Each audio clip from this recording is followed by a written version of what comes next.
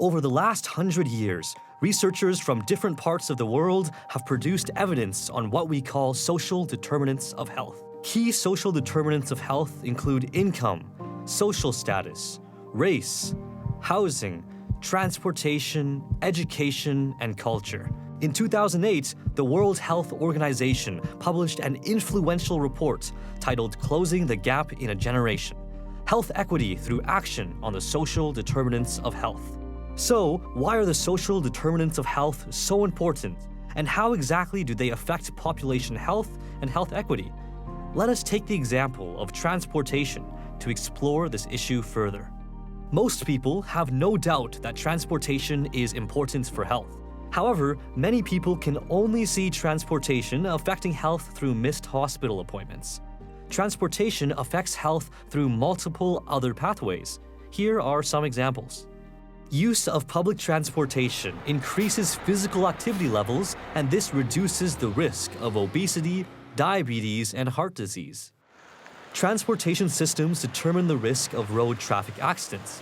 Globally, 1.5 million lives are lost through motorized road transport.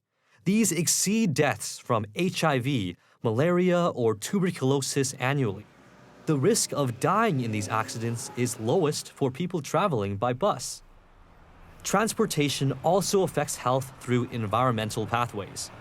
Usage of private vehicles rather than buses increases noise levels and emissions responsible for hearing impairments, cardiovascular diseases, ischemic heart diseases, and many others. The health costs of air pollution, of which 50% is due to road transportation, in OECD countries was about $1.7 trillion in 2010. This also affects the climate. What most of these facts mean is that public transportation is a crucial social determinant of health. I want to share with you a story about the health effects of transportation in Saskatchewan. In May 2017, the provincial government decided to close the Saskatchewan Transportation Company, or STC, to address a budget deficit. The closure of the bus has had a significantly negative effect on the health system, population health, and quality of life of former bus users, their families, and communities. Let us zoom into the lives of 3 former users to understand how the absence of a bus affects them. One of the key health impacts of the closure of STC is the effects on spiritual and mental health. For Indigenous people living in urban centers, opportunities to connect with the land and to participate in ceremonies have become limited. Allison came from the reserve to Saskatoon to work as a teacher. She has epilepsy and so cannot hold a driver's license.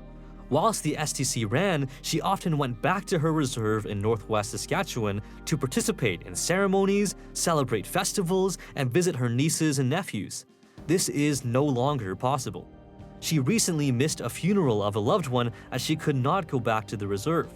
This has been a big source of stress for her, and so she stays in the big city now, feeling lonely and cut off from her family. In the past, she would have considered hitchhiking, but with the traumatic stories of murdered, missing Indigenous women and girls, she is well aware of the dangers associated with hitchhiking. This method of travel is no longer an option. A similar negative effect of the absence of the bus on people is what this has meant for people living with disabilities. Brenda uses a wheelchair. She lives in Regina and has family in Saskatoon and up north. Visiting family used to be such a fun trip. She would call the STC office and reserve a space for herself. On the day of the trip, she would independently get to the bus and a friendly STC driver would lower the bus for her to get in. She would be driven to her family and enjoy her time with them whilst feeling some independence. The absence of the bus has changed so much for Brenda. Her world has become much smaller. She cannot go home as often as she used to, and when she does, it is not with as much dignity.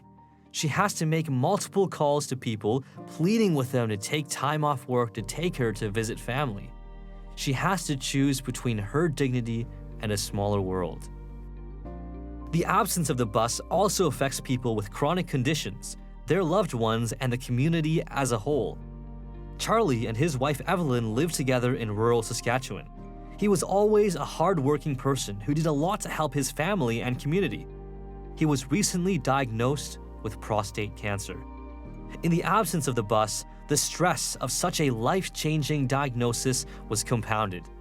A lot of this stress has been pushed to Evelyn, who finds herself constantly looking for ways to make the chemotherapy appointments possible.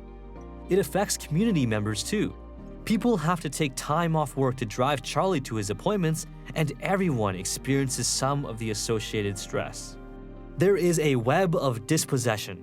The closure of the bus did not only affect Allison, Brenda, and Charlie, rather the initial stress goes to immediate family members stepping in to ease the struggles of the dispossessed.